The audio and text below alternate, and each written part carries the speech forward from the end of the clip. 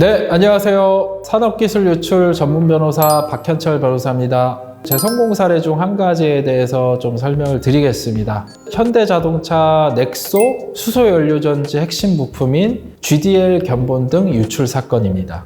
이 사건에 대한 개요를 좀 설명해 주시면 좋을 것 같습니다. 사건은 이렇습니다. 정년 퇴임을 앞둔 현대자동차 연구원이 재취업을 위하여 현대자동차 넥소의 수소연료전지 핵심 부품인 GDL 견본 등을 유출한 사건입니다. 연료전지 스택용 GDL 기술은 산업발전법 제5조에 따라 고시된 첨단 기술로 적시되어 있어 산업기술에 해당하긴 합니다.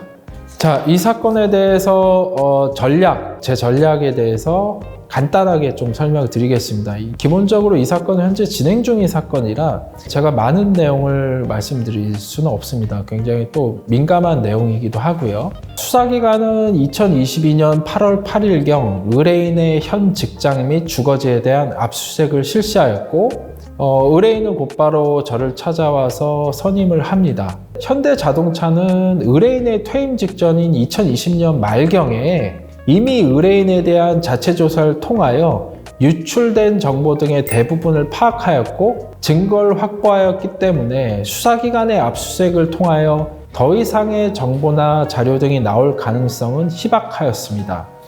한편 압수수색 검증영장에는 유출된 자료 등이 총 7개로 적시되어 있었는데 저는 서둘러 변호인 의견서를 준비하였고 의뢰인에 대한 검찰의 첫 조사 이전에 변호인 의견서를 작성해서 제출했습니다. 의뢰인에 대한 검사의 첫 조사는 2022년 9월 2일경 이루어졌고 이후 검사는 2022년 9월 30일경 법원에 의뢰인에 대한 구속영장 청구를 합니다. 검사가 구속영장 청구를 하니까 저도 사실 당황했어요. 왜냐하면 제가 판단했을 때 이 자료나 이 견본은 중요하다고 생각이 안 들었습니다. 지금 현재도 마찬가지로 동일한 생각을 하고 있고요. 어쨌든 검사실로부터 연락을 받은 저는 당일 저녁 수원지방법원 당직실에 가서 구속영장 청구서 사본을 교부받습니다. 이 구속영장 청구서 사본을 보니까 제가 예전에 변호인 의견서를 제출하면서 이 7개 자료 중 뭐는 안 되고 뭐는 산업기술이나 영업비밀로 볼 수 없다 이런 내용들을 써서 이제 제출하니까 총 7개의 자료가 구속영장 청구서에는 약 2개로 줄어든 것을 확인합니다. 변호인 의견서에는 어떤 내용이 이제 들어가게 되나요? 영장실질심사에서 제가 이제 제출한 변호인 의견서에는 일단은 견본을 유출하고 또 어떤 자료가 유출이 됐는데 사실은 이제 산업기술은 법에서는 기술 또는 기술상의 정보라고 말하고 있고 영업비밀이라는 것은 기술상의 정보 또는 경영상의 정보라고 말합니다. 샘플, 견본 이런 유체물이 과연 정보로 볼 수 있느냐, 이거는 내가 봤더라도 이거를 역설계를 통해서 어떻게 만들어지는지 확인해야지 정보를 그제서야 추출을 하는 건데 이게 과연 정보로 볼 수 있느냐. 그리고 또 이외에 한 가지 정보가 있는데 그것은 이미 적법하게 동종업계에 알려진 공개라든지 아니면 공개 특허를 통해서 이미 적법하게 공개된 것들이다, 이런 내용들 위주였습니다.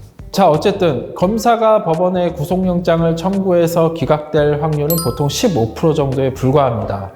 저는 연휴 기간 내내 영장실질심사에 제출할 변호인 의견서를 치열하게 준비해서 2022년 10월 5일경 영장실질심사에 출석을 합니다. 같은 날 여러 건의 영장실질심사가 있었으나 이 사건은 산업기술 유출 사건이라 가장 마지막 순서로 조정되었고 약 2시간 정도의 심사가 이루어졌습니다. 영장실질심사만 거의 2시간을 했어요. 대단한 거죠. 검사님도 직접 들어오셔가지고 검사님도 PT까지 했습니다. PPT를 띄워가지고 판사님한테 설명을 하고 구속을 시켜야 된다고 하고 저희도 또 구두로 계속 설명을 하고 저는 영장 전담 판사님에게 사건에 대한 충분한 설명을 합니다. 그리고 견본이나 샘플은 기술 정보가 아니다. 또 저희가 유출한 정보는 이미 적법하게 공개된 공개 특허에 이미 다 나와 있다. 이런 내용들에 대해서 충분히 설명을 하였죠. 영장실질심사를 마치고 의뢰인은 일단 수원구치소로 이동하였고 당일 저녁 10시가 넘어서야 의뢰인으로부터 전화가 왔습니다. 기각돼서 본인 나오셨다고. 구속 영장이 지금 발부되지 않은 상태에서 네. 구치소로 먼저 이동을 하게 되는 거예요. 구치소로 이동을 하면요. 저도 이제 이분한테 들은 건데 한 6시에 영장실질심사가 끝나고 바로 구치소로 가서 독방에 가게 된다고 합니다. 독방에 가게 돼서 일단 식사가 나오고요. 근데 그 식사를 하실 정신은 없죠, 사실은. 본인이 지금 영장 청구가 결과를 기다리고 있는 상황이고, 그리고 옷을 갈아입으라고 옷도 준다고 합니다. 근데 이분은 저를 믿었죠. 제가 걱정하지 말라 그랬거든요. 나오실 거다. 그래서 옷도 안 갈아입고 버텼다고 합니다. 한 10시 넘어서 이제 구치소 직원이 와서 나가실 준비하셔라 라고 해서 이제 나오게 된 거죠. 큰 경험이었죠, 이분한테도. 뭐 이런 경험을 하면 안 되는 경험이긴 한데, 만약에 이 사건의 구속영장이 발부되었다면 바로 다음날 의뢰인에 대한 약 100여 건의 신문기사가 쏟아져 나오게 됩니다. 또 공중파 뉴스에서 의뢰인에 대한 보도를 하게 됩니다. 기사들은 주로 검찰에서 받은 보도자료, 그리고 피해사에 전화하여 확인한 사실관계만 위주로 보도하기 때문에 어느 순간 의뢰인은 국가회사를 배신하여 국가핵심 기술 또는 산업기술을 유출한 중범죄자가 되어 있을 것입니다.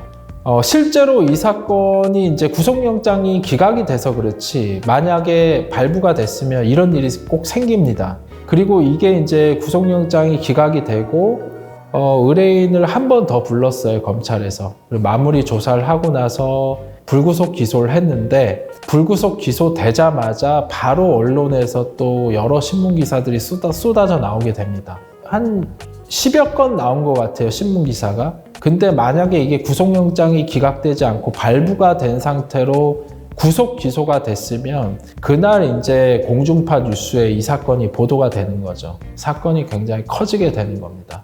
자, 결과는 구속영장이 기각됐고, 오늘 제가 이 설명드린 사건이 혹시라도 있을 여러분의 사건에 큰 도움이 되시길 바랍니다. 감사합니다. 박현철 변호사였습니다.